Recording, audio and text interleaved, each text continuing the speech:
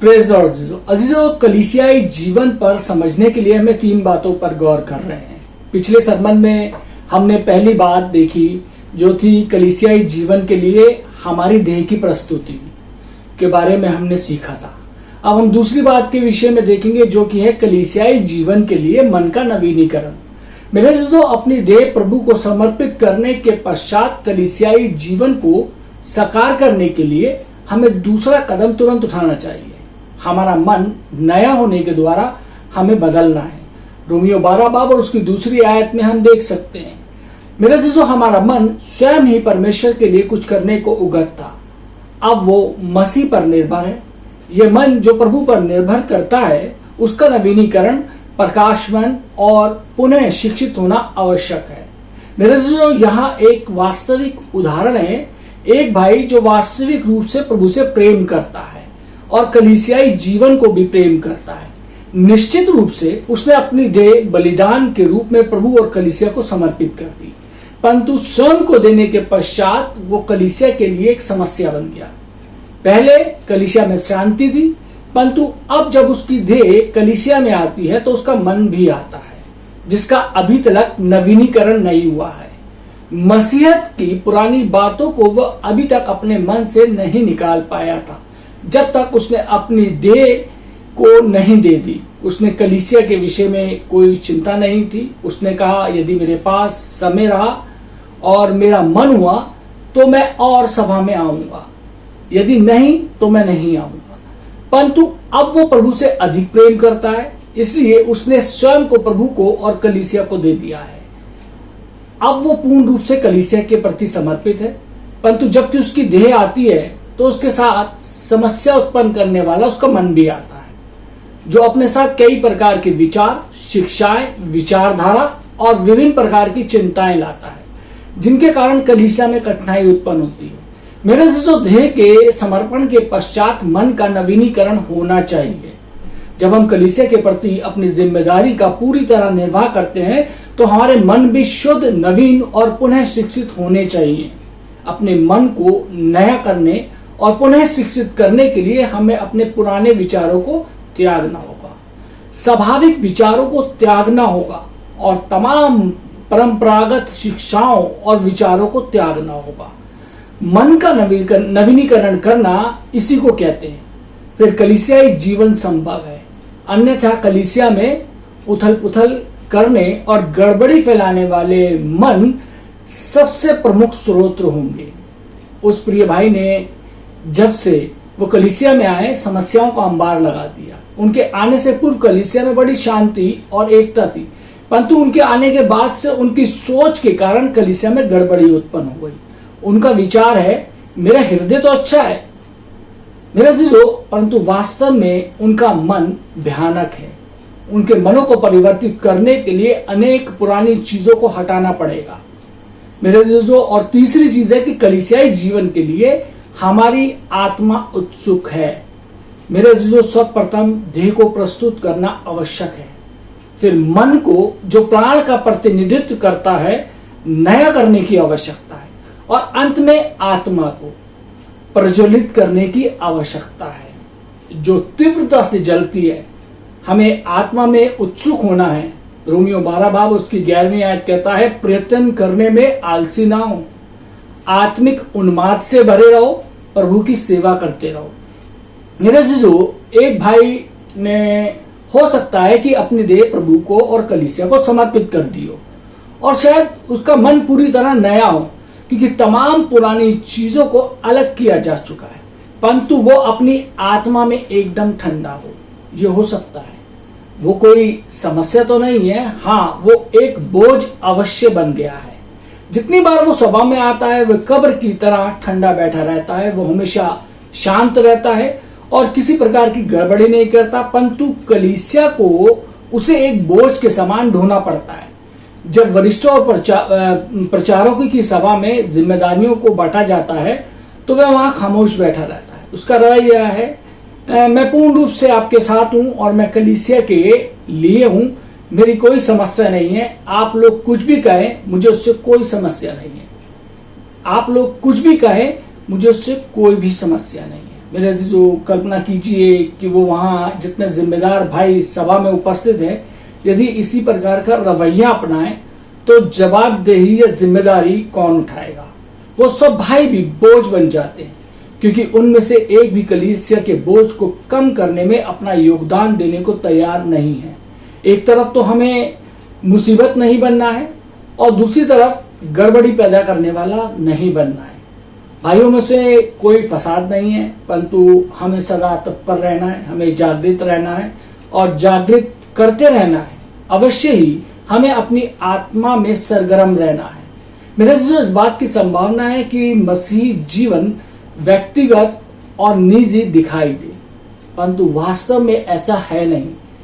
यह एक एकजुटता का जीवन, एक देह का जीवन है। आप अकेले ही एक देह नहीं है, आप एक सदस्य हैं और आपको सदस्य के रूप में अन्य लोगों की भी आवश्यकता है, ताकि आप कलीसियाई जीवन को जान सकें। जब हम स्वयं अपने बलबूते पर अच्छा कार्य करना बंद कर देते हैं और मसीह पर निर्भर होना सीख लेते हैं और उसके द्वारा जीते हैं, तब हम एक जीवित सदस्य हैं और उसकी देह के एक सक्रिय अंग हैं।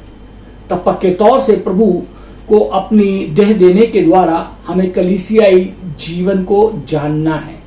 हमारे मन के नए बन जाने के द्वारा और हमारी आत्मा आग पर तपने के द्वारा जब देह प्रस्तुत की जाती है, प्राण परिवर्तित होता है और आत्मिक आग पर तब हमारे पास कलीसियाई जीवन होगा।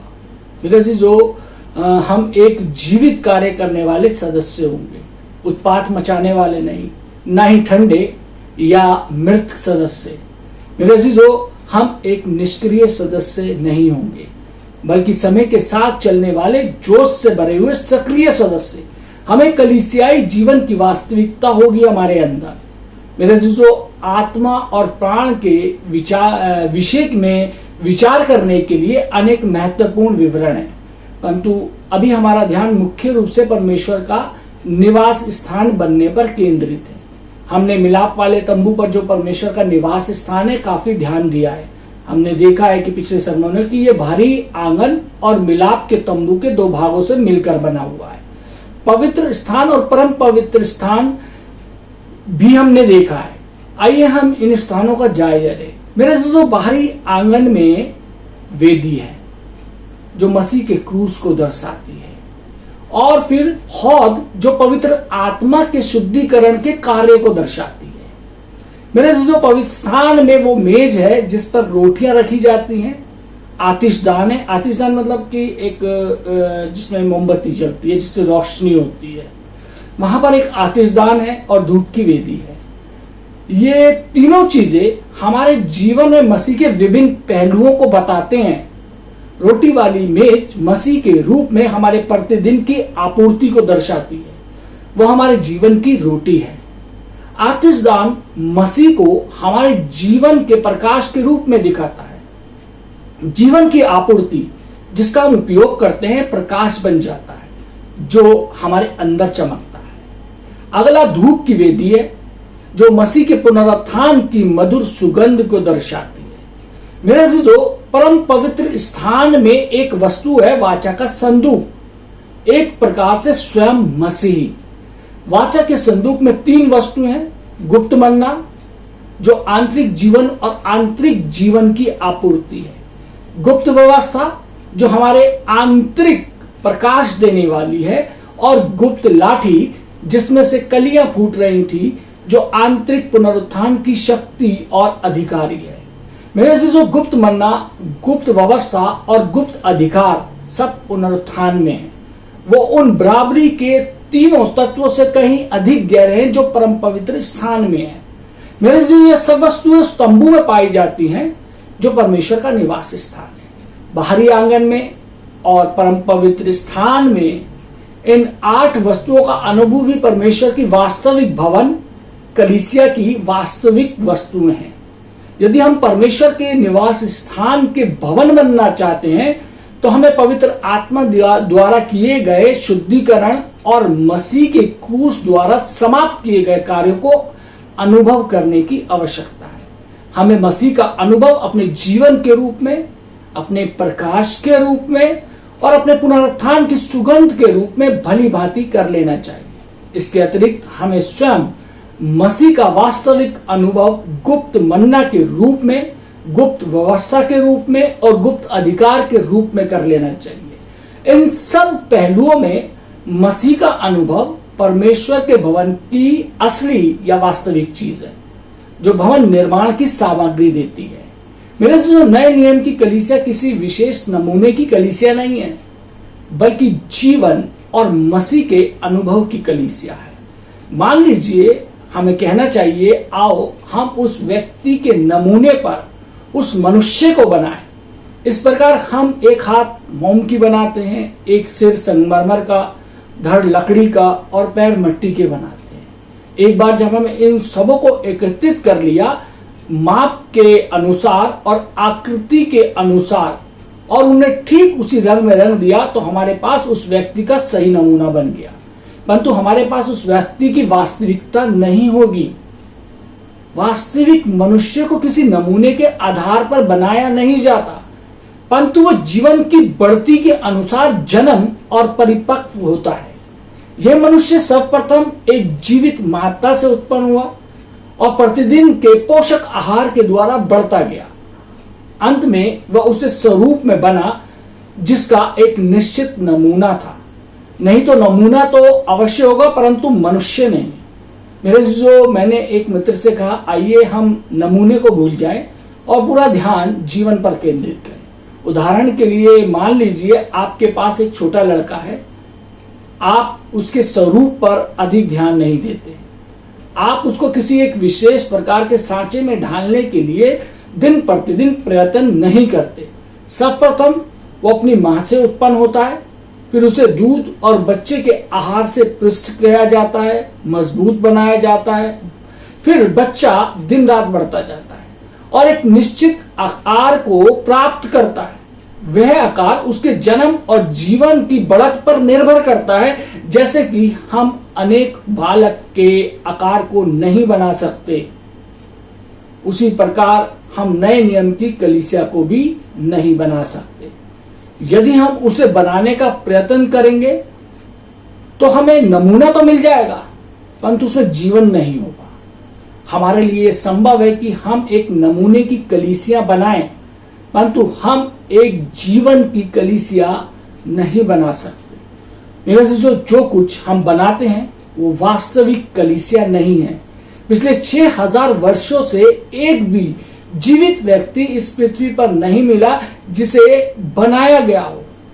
6000 साल पहले जिस मनुष्य को बनाया गया था, हर एक मनुष्य का जन्म और जीवन का विकास था। कलीसिया मसीह की देह है और कोई मनुष्य उसे नहीं बना सकता।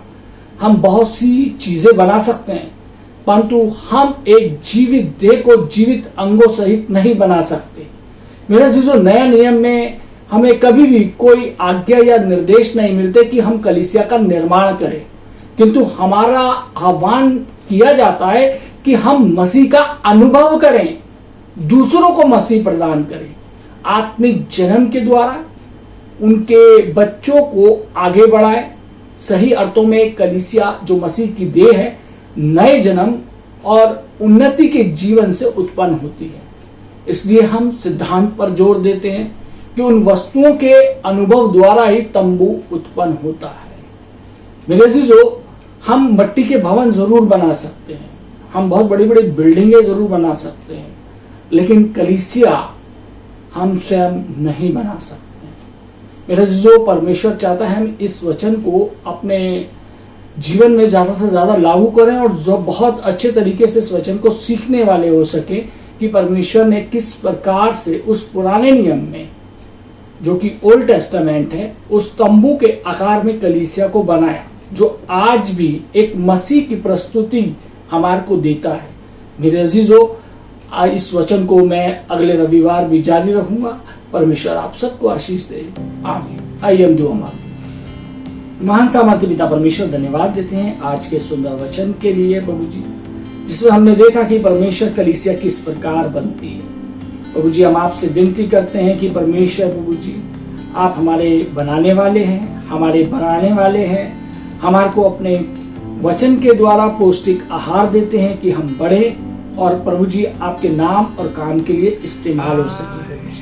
प्रभु जी हम आपसे विनती करते हैं परमेश्वर, हमारे को परमेश्वर प्रभु जी एक जीवित और जयवंत कलीसिया बनाइए परमेश्वर। ये प्रभु जी हम इस संसार में रहते हुए परमेश्वर प्रभु जी ये सीखने वाले हो सके कि कलीसिया किस प्रकार की होती है, कलीसिया में हमारा क्या योगदान है, कलीसिया में हमारी क्या जिम्मेवारियां हैं और इस संसार के प्रति हमारी क्या जिम्मेवारियां हैं। इन तमाम चीजों को हम सीखने वाले हो सके प्रभु जी। जितने लोगों ने परमेश्वर आज का ये वचन सुना है, ये वचन उनके लिए, उनके जीवन के लिए, उनके परिवार के तमाम लोगों के लिए आशीष का कारण यीशु मसीह के नाम से मांगते हैं, आमीन।